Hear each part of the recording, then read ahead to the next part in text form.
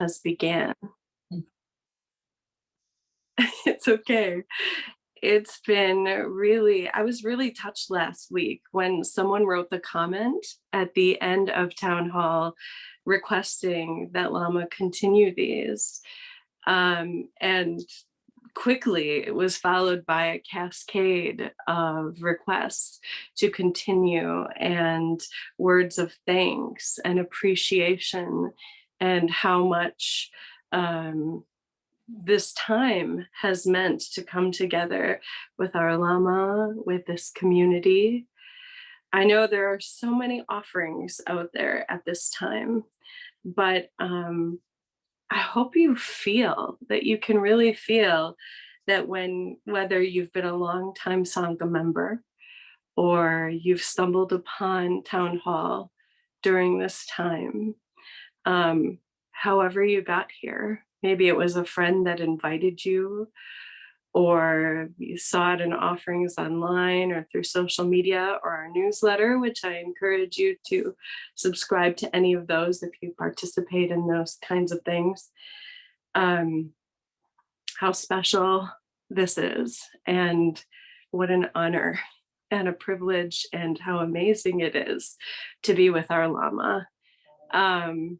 He's so humble and he's so down to earth and makes these the pinnacle of teachings so accessible to us, often with humor, that we might forget that Lama has spent over 45 years studying Zen, Vipassana, yoga, and especially Tibetan Buddhism with the greatest Asian masters of our time, the Dalai Lama's own teachers. He's twice done the 3-year meditation retreat at his teacher's Tibetan monastery. The depth and the breadth of the wisdom he shares with us is truly incomparable to any other teacher of our time.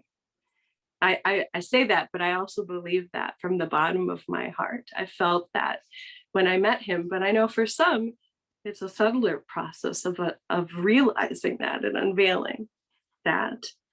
I think about him when he was in his 20s, maybe 20, backpacking across the Himalayas, and the length, the distance that he went, all the things that he went through, and felt privileged to do so, becoming a seeker. And he always says seekers must become finders, finding these teachings, receiving the mission of transmission to become the American Lama, as the Dalai Lama affectionately calls him, and come back to the West to share this teaching with us. And not only the teaching, but he allows us to ride along with him during his practice, which is it's an incomparable blessing. And I saw your reflections on that also at the end of town hall last week. This is a vital, authentic tradition. And he's transcribed it and into contemporary English. He doesn't just teach, but he, as I said, invites us to ride along. In the words of His Holiness the 12th Drukpa Lama, if you know who that is, no one explains the Dharma like Lama Surya Das. No one.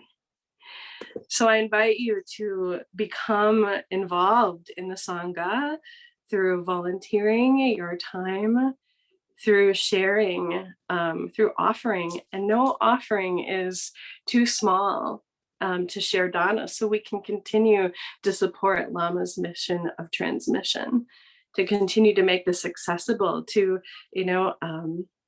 share this with all who are seeking, with all who are being swept up by that Dzogchen net. I want to invite you to dive deeper if you are interested at all, if you've thought at all about retreat. I know, we're waiting for that in-person time, but the online retreats are so powerful. Please do consider joining us in July in these weeks coming up, the 23rd through the 25th. Starts in the evening. I promise you, you go deep even though you're at home. And then join us. There are other one-day ones coming up.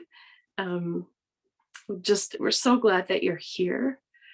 And thank you for sharing this blessing. Thank you, Lama, for all that you offer us and all that you've given us every single day. It's priceless. It's truly priceless. Thank you, Pen. Thank you, Lama.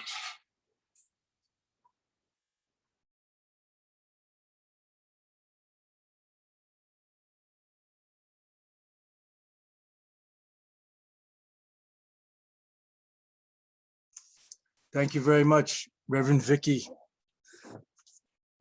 from Wisconsin. Nice to see you. Thank you again. Yes, let's do this together. Keep this alive, this timeless wisdom traditions. So easy to overlook and lose in these busy, violent, uncertain times. Yes, happy Sunday, everybody. It's a beautiful day. It's a beautiful day here, as always, to get together. In fact, in the outer sphere, there's things going on by my bewitched antennas.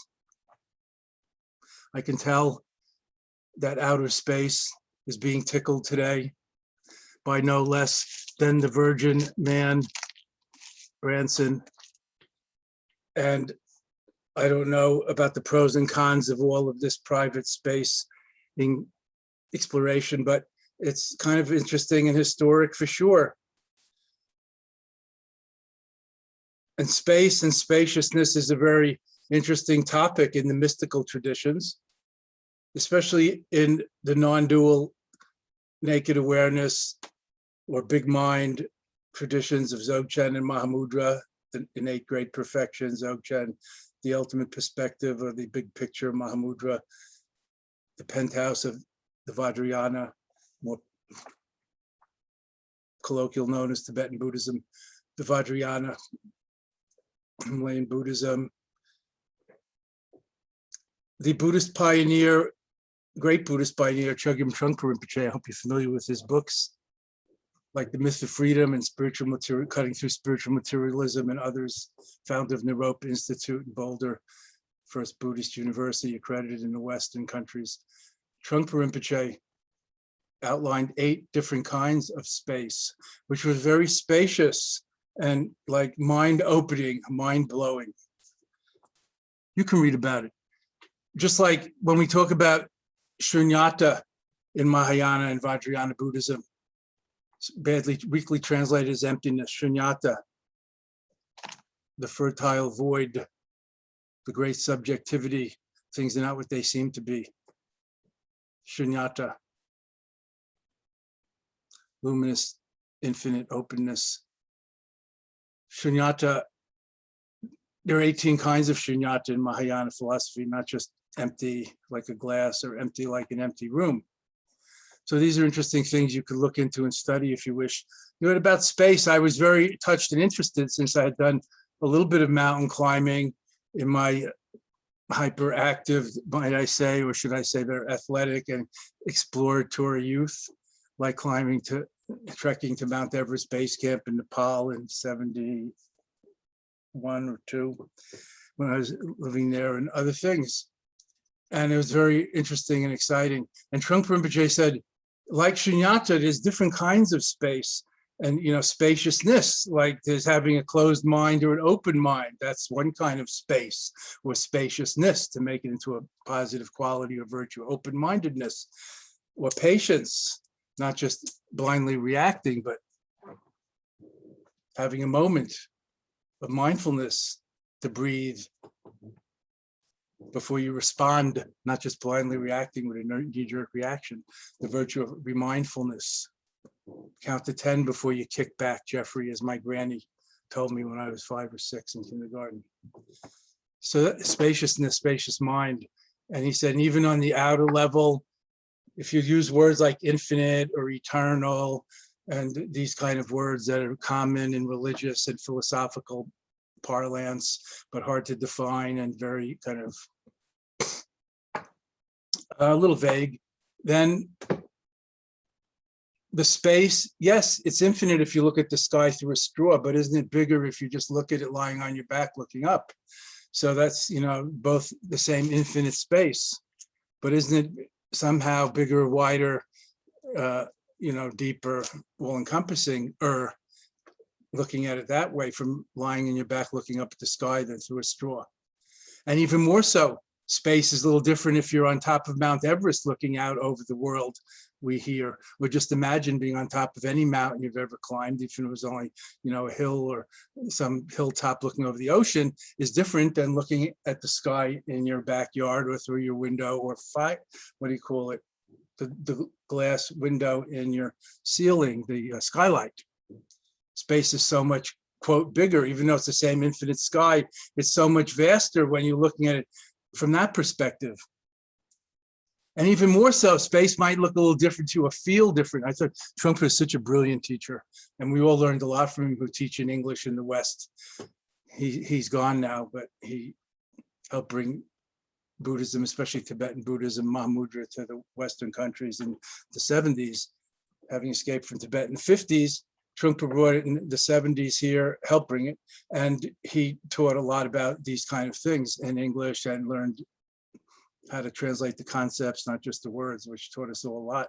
And he said, space you could experience a lot differently if you jump from a plane, what's it called, skydiving. Then you're in space. It's a little different than just looking at it from a hilltop, a mountaintop, or lying on your back. So even space, which is so hard to define, can be understood through various metaphors and then experienced, like going into your inner space by doing a dark retreat, or just meditating in the dark for a day until your inner light kind of clarifies or intensifies, and you start to see better or sense better with your other senses. Or space, when you think about, for example, the space between thoughts, when you slow down your thinking and so on, and you have like a gap, and you mind the gap, which is a bardo of infinite interest to us mystical meditators. Mind the gap between thoughts or feelings or sensations. So there's a lot of different ways to think about even a concept that in English, the word space seems so simple. Of course, if you add the words like outer space or inner space, or square footage in realty, you know, like an empty room, empty sounds empty like an empty glass, but in real estate, space is very valuable. Or in renovation or construction, you pay $200 or $300 a square foot to build. So space can even be measured that way in realty. So these Buddhist affirmative negations or negative affirmations, whatever they are, like no self, it ain't nothing. It ain't nothing. It's really something, ain't it? So just to say, you know, the conceptual mind could get a little more discerning and discriminating and penetrating. And also, you know, there may be some experiences, intuitions, you know, like love, for example, and other things that we all know about commonly, again, hard to define or understand, that we could understand and experience and grok and make part of ourselves if we look into it a lot better, like space and spaciousness. So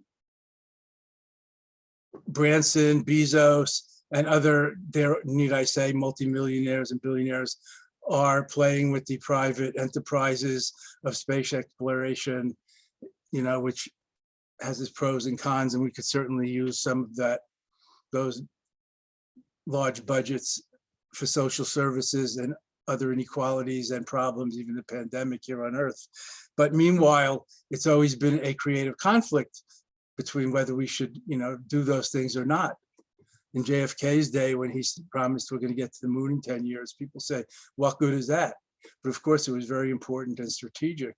And similarly, when Christopher Columbus was looking for a sponsor to traverse the seas, and of course, if I'm not wrong, he was Spanish or something, but he was Portuguese, but I think it was Queen Isabella and her husband, Mr. King, who sponsored it. You know, what good is it to sail a few ships off the end of the flat table like Earth? People said, going west from Europe, from Spain, from Portugal. But they did, and look what they discovered. They found us waiting for them here. No, you know what they found? Indians, as they call them, thinking it was India when it was North America. Anyway, discernment is an important part of wisdom, and cultivating discernment and discrimination and some of these things is very much a part, or could be, of our spiritual quest, depending on how analytical or philosophical we happen to be. Serves us not to be a sophist or a philosopher. As my first real meditation teacher, Goenkaji of India, used to say, the late great Goenkaji of the 10-day insight meditation courses, Vipassana courses, used to say, don't be like the professor of swimology, who when his ship was sinking didn't know how to swim, had only studied the subject thoroughly. So there's no need to become an encyclopedia of Dharma or spiritual things, unless you're getting paid for it, as Trump once said. He said, otherwise it's like dancing on books, unless you're getting paid for it. You know, like maybe if you're an academic or something. Anyway, spirituality has to be personal to be meaningful, just like your own dress code, dietary ways, work habits. If it doesn't fit you, it may be called the best in the world, like Italian shoes, but they don't fit me. I have wide feet. So you can't walk around with shoes that pinch you all the time without becoming very pinched yourself, which is the opposite of spacious, sort of on the physical and mental level. Anyway, in Dzogchen, we relate to space a lot. And in Himalayan Buddhism, we meditate with our eyes open much of the time. We practice outside. There's a lot of cave yogis and mountain practices and wild outdoor practice, uninhibited practices and so on, not just eyes open, but all senses open and uninhibited and etc. could be active. When we practice Mahamudra, we practice sky gazing, not sky worshiping, but using openness and awareness with the metaphor of the sky, the space, just gazing into that, not staring, but gazing, open and aware, letting go of reference points, groundless and boundless, centerless, yet vividly present, precise, attentive, incandescently present, open, aware. When we practice the Vijayanagara Dzogchen practice of Togel, we practice with our breath out rather than in. Of course, you breathe in and out, but we sit in different postures and gaze up, and with our breath out rather than in. So again, it's a metaphor for space, spaciousness, and so on. But I want to come back to minding the gap. That's a very important day-to-day practice. If we're talking about space, outer space, inner space. Mahamudra talks about the space between thoughts. In Dzogchen, we don't explain it exact way. It's more like thoughts are shunyata by themselves. But if we could if we calm and clear our mind through concentrative meditations, we might find a little more space between stimulus and reaction, so we can choose how, when, and if to respond. We might find a little space in our hearts to be patient, or to recognize, oh, this is the same old pattern. I don't have to get stuck in it, either from some others or from oneself, and so on. Patience, paramita, patient forbearance, transcendental virtue. The third transformative practice of the Bodhisattvas, shanti, patience, peace, acceptance, harmony, patient forbearance. Spaciousness and clarity helps a lot with that. And cultivating patience, forbearance in the face of difficulty or irritation helps us be more spacious, inclusive, embracing, accepting, and relaxed.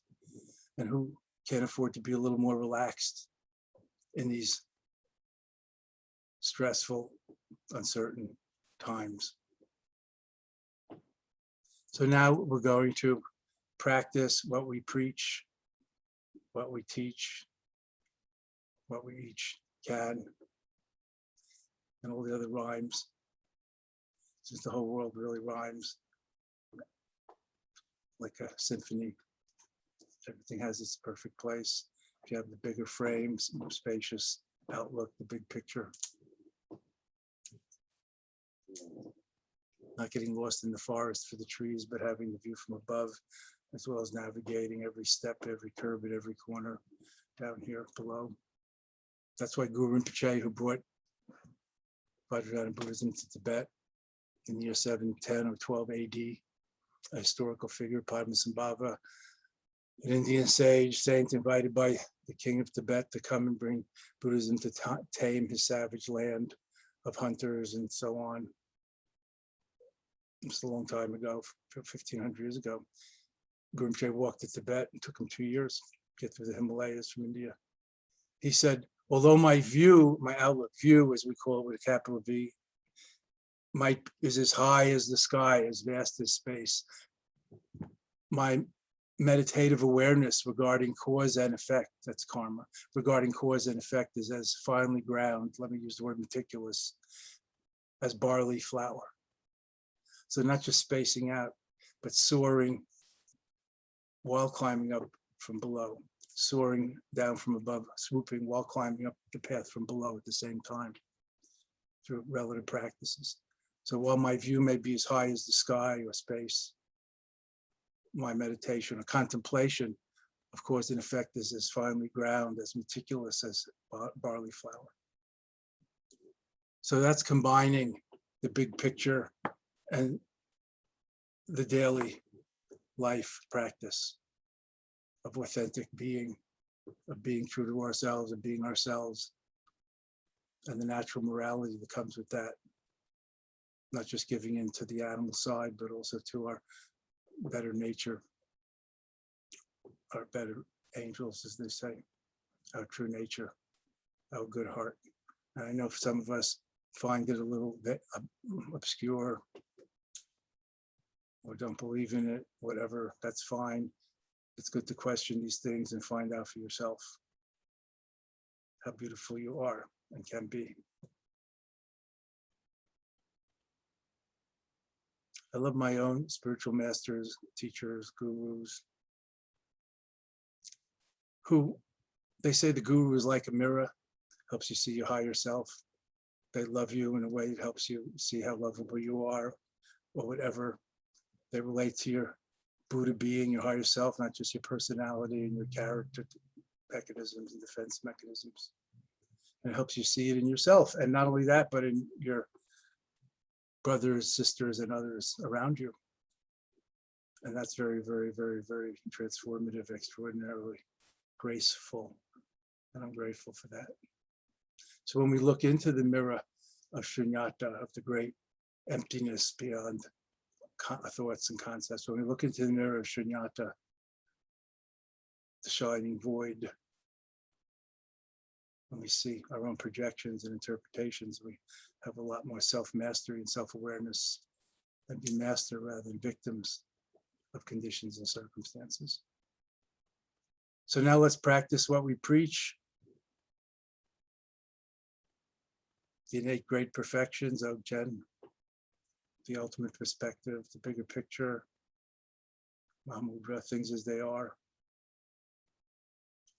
And mind the gap, the bardo, plumb the space between this morning's daily grind, if you like, flow, ordinary day, and now our meditation session, the space between starting to meditate and the end, which is like a whole bardo, like dream, like sleep. It's a bardo. We have a little death, we fall asleep, we wake up in the morning, it's a little rebirth. Also between every breath and every thought, if we get that sharp and incisive with our attentive awareness.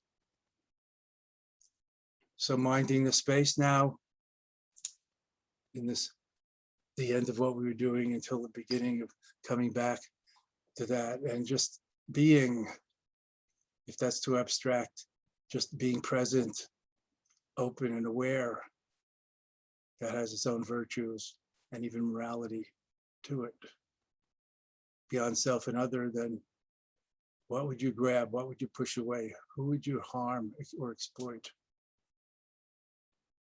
So seeing through this illusion of separateness, beyond I want and I don't want, attachment and aversion based on ignorance, duality. Just sitting, just breathing, just being, mind the gap. Meet you at the Singles Bardo right now. The Bardo of meditation.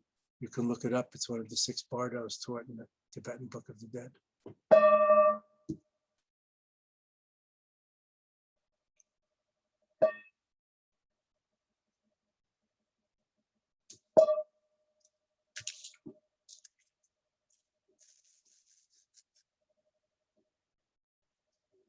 Homage to you, Dakas, Dakinis, Buddhas, Bodhisattvas, and Dharma protectors. We offer the 5 immaculate meats and the 5 nectars, maintaining Samaya bonds with Vajrakalaya, the great guardian. May we all attain the 5 kayas, the 5 Buddha dimension, 5 Buddha bodies, and our own 5 limbs and 5 senses,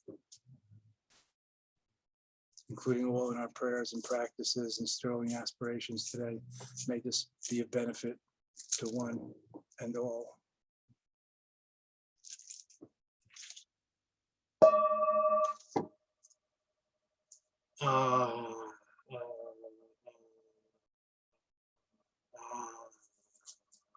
The 5 ahs of the Dzogchen mandala.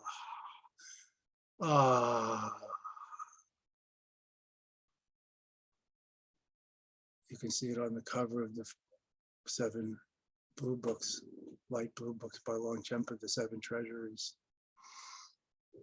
Dzogchen mandala, the 5 ahs. Principle of release, of letting go, of decontracting. Of opening the tight-fisted aperture of ego grasping, of selfhood, of self-referentialness. Instead of being a being, separate being, and doing things mostly for oneself, just being, not a being, just being. Take refuge in just being, the Mahamudra refuge. Empty, open, luminous, lucid, unhindered. The 3 kayas in one's own mind right now. Open, lucid, unhindered, spontaneous flow, the great flow of awareness itself, with a capital A plus. Just sitting, just breathing, just awareing. Awareness is curative, awareness is a verb. Awareness with an A plus. Just being with a B plus, see? Let go, let things come and go, let be. Friends, that's the secret. Pure presence, openness, emptiness and awareness, lucidity, luminosity, inseparable. Nowness awareness right now is the innate, original, unfabricated, natural Buddha within. Nowness awareness. There's nirvanic peace and things left just as they are. So leave it as is and rest the weary heart and mind. See through everything. Just be through everything. Just be. And rest at home, at ease. Assume your Buddha seat. Luminous, splendid, unencumbered. Imaho. Wondrous. And enjoy the natural non-meditation, unmeditation, Dzogchen, undoing the habits of overdoing, non-meditation, just being aware, present, open, luminous, lucid, aware. Yay. I love it. Thank you. Let's co-meditate, intermeditate, into being together. Imaho. Yay.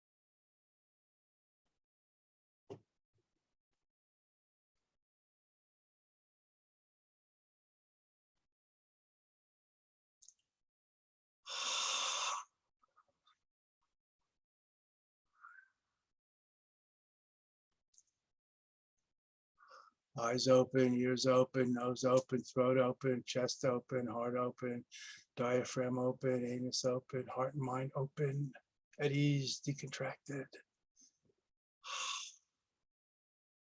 Let go of reference points without spacing out. Sharp, clear, lucid, open, aware. Rest in the 360-degree sphere of innate wakefulness, pure awareness, pure presence, Buddha mind, Buddha's heart mind, in the Buddha field of the great perfection, the homegrown Buddha field of the great perfection. Wherever you is, that's it. Mahalo. Way to go. Thank you.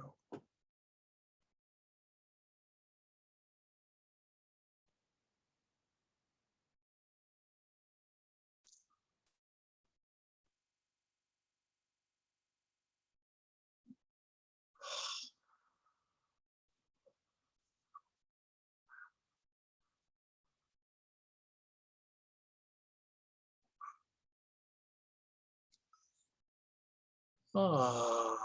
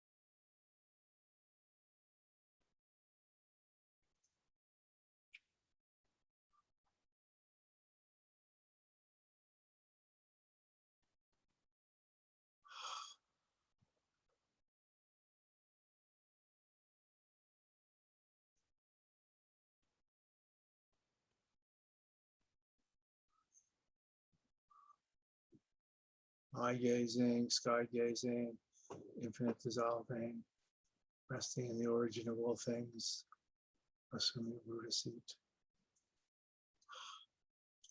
lucid, aware, and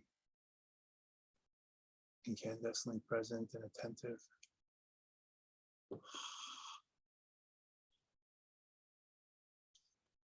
Friendly, open.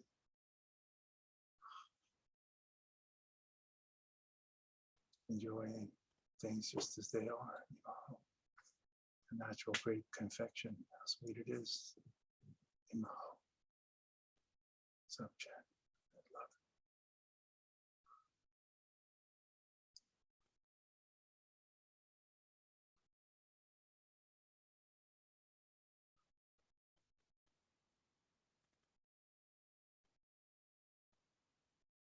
Ah.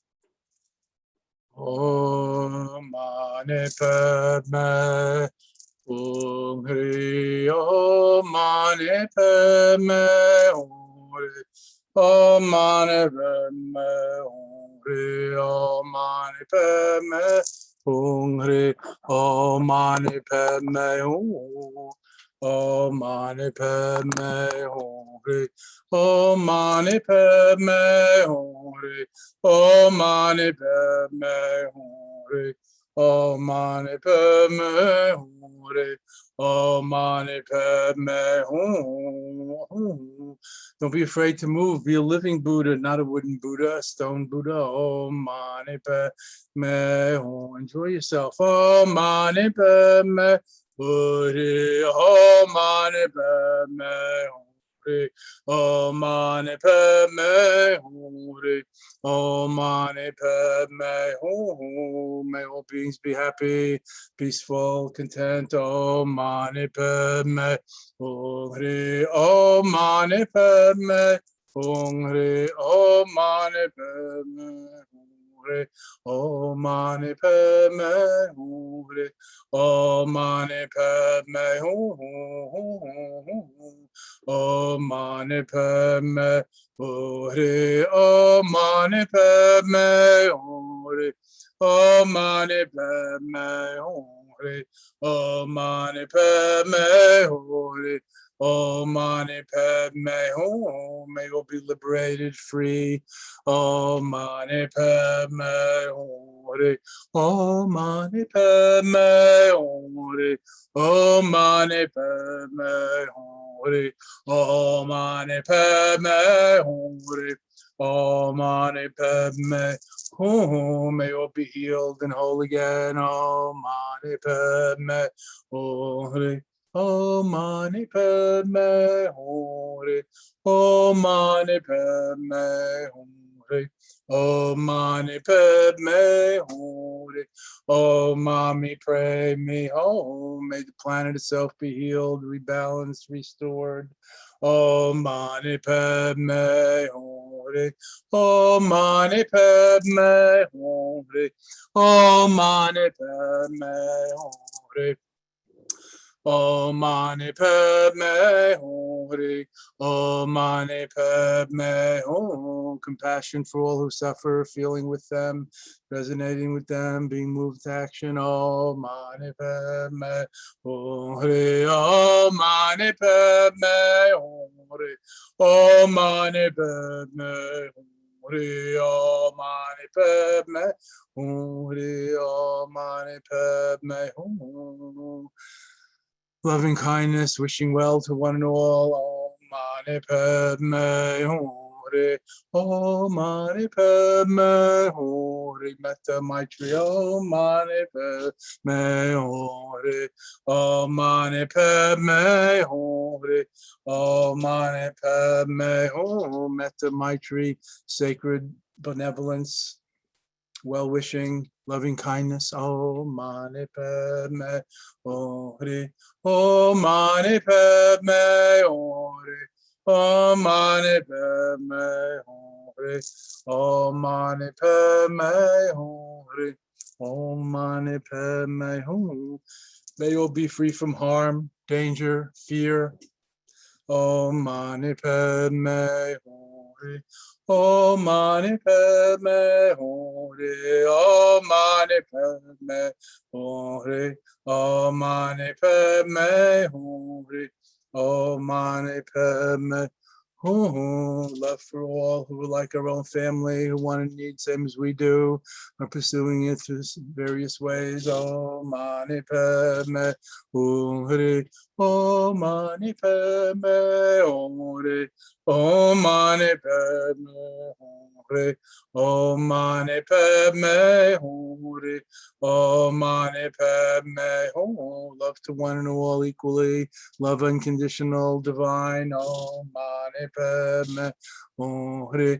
Om Mani Padme Hum. Om Mani Padme Hum. Om Mani Padme Hum. Om Mani Padme Hum. Including the animals and well-beings, seen and unseen, great and small, human and otherwise.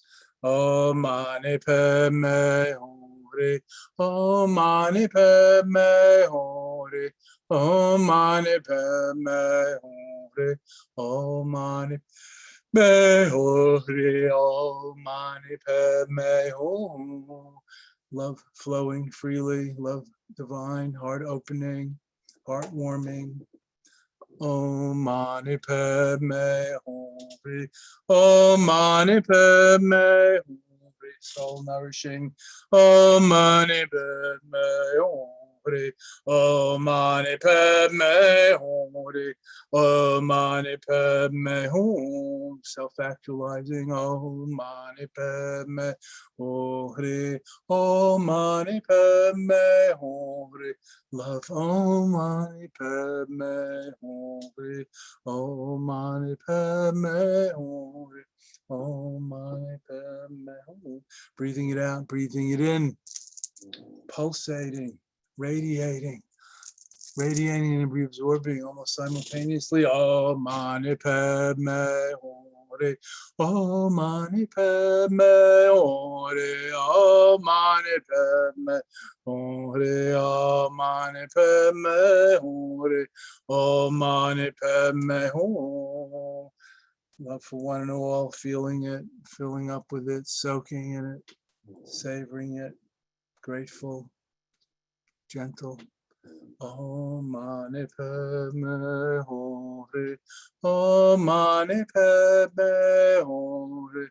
Om Mani Padme Hum. Om Mani Padme Hum. Om Mani Padme Hum. Homage to Mahakarunakaya, the great compassionate Buddha body or Buddha dimension, good heart, noble mind within us all. Om Mani Padme Hum. Om Mani Padme Hum. Altruistic, warm, empathic compassion, Shinrezi, Avalokiteshvara, Kuan Yin. Om Mani Padme Hum. Om Mani Padme Hum. Om Mani Padme Hum. Om.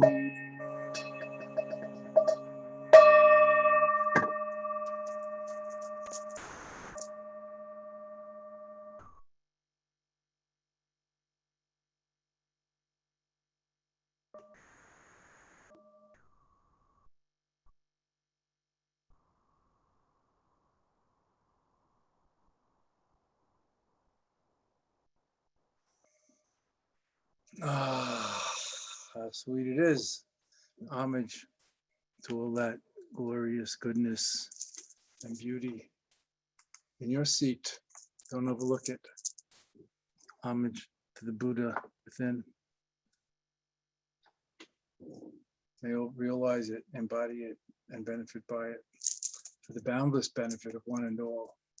Thank you.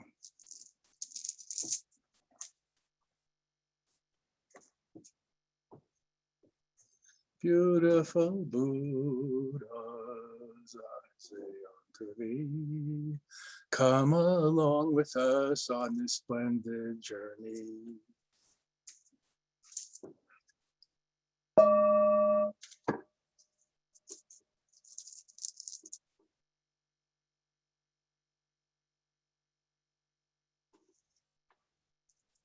Ben, could we see the prayer page with Kempo's prayer and the Millennium Prayer, please? From our Dzogchen Center prayer book.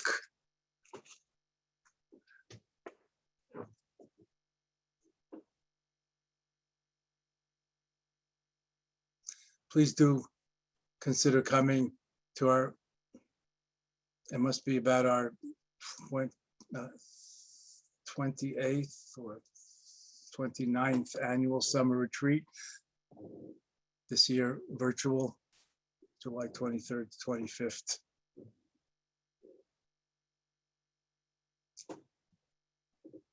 Through the merit of this, may the light of the Buddha's precious teaching remain for aeons to come, the basis for every single kind of benefit and happiness. May all the supreme holders of the teachings who uphold this living truth agree to live for aeons, and their lotus feet remain standing firm in this dewdrop-like world. And so may the sun of altruism and well-being in all its blazing splendor shine the brilliant light of the study and practice of liberating Buddha Dharma throughout every corner of the universe. May all beings everywhere with whom we are inseparably interconnected, interdependent, interbeing, interwoven, and who want and need the same as we do, may all be awakened, liberated, healed, fulfilled, safe, and free.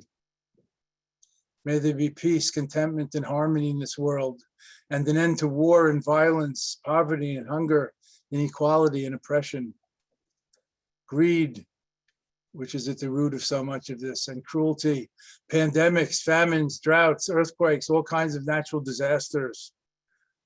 May all be free from fear, harm, danger, anxiety, and insecurity.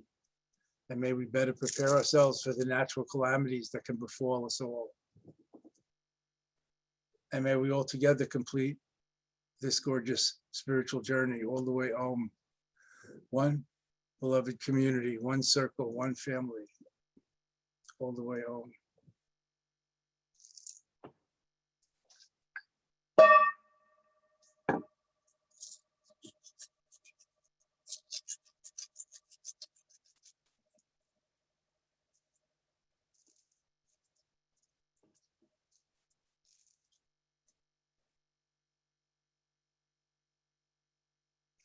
Beautiful dreamers, I say unto thee, and we, all is not as our thoughts seem it to be.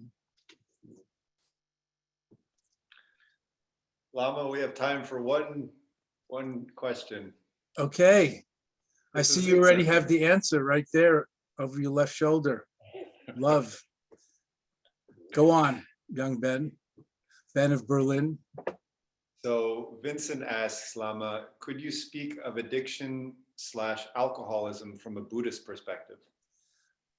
Well, that's a great subject, a big subject. There are a few books on it. I can't remember by who, by middle-aged teachers, young, original thinkers. I can't remember who. It might be Noah Levine, somebody, the 12-step Buddhist approach to the 12-step program. You can look it up about taking refuge and how to apply it. And one question that some people have is, how can I be in a 12-step program, which seems to talk about God and the higher power, if I'm a Buddhist? Well, I wouldn't get hung up on that. That's not crucial. And anyway, we have our own higher power, let's say, awareness. So I wouldn't get hung up on that.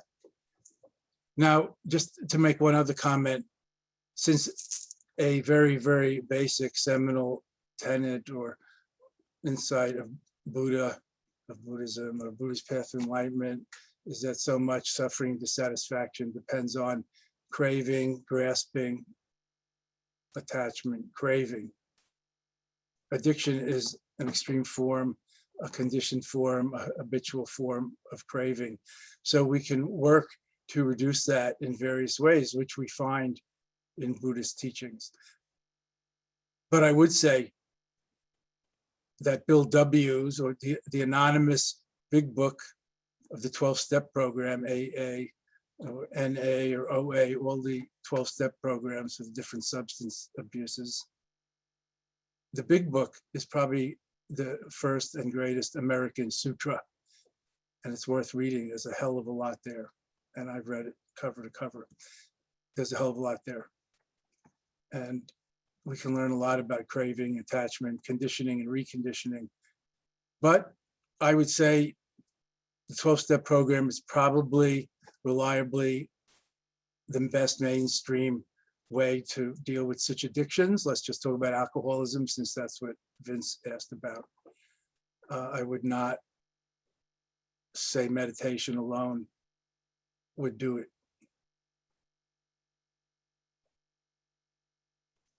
So I'm recommending the 12-step program if you have alcohol, drug, sex, gambling, or other such addictions. Even thinkaholism. Thoughts are a substance and we're addicted to it with too much under its power. I guess that's all the time we have, unless we have a short question, Ben. We're at the top of the hour, Lama. Top of the day to you, young man. Nice to see you and all of your Buddha buddies, all of the Bodhi seeds and the fields of Bodhi here and all the flowering Bodhi flowers. As my own Guru Karoli Baba Maharaj used to say, all the beautiful flowers, different flowers, each blossoming in their own way, in their own time in God's garden. How beautiful is that? So if you must, let's call it Buddha's garden if you like. Thank you all. Love, as Ben tells us. Thank you, everyone. Again, we have our annual summer retreat coming up. It has to be virtual, but it's still a wonderful way to keep practicing and to even deepen the practice.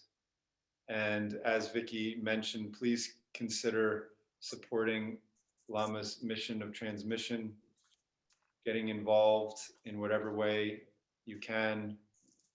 Lama, I just want to let you know that so many people are writing in the chat. I know you don't always see it, but they're just very, very grateful. So they're saying thank you. So thank you very much, Lama. Thank you, everyone, for joining. Have a wonderful day, everybody.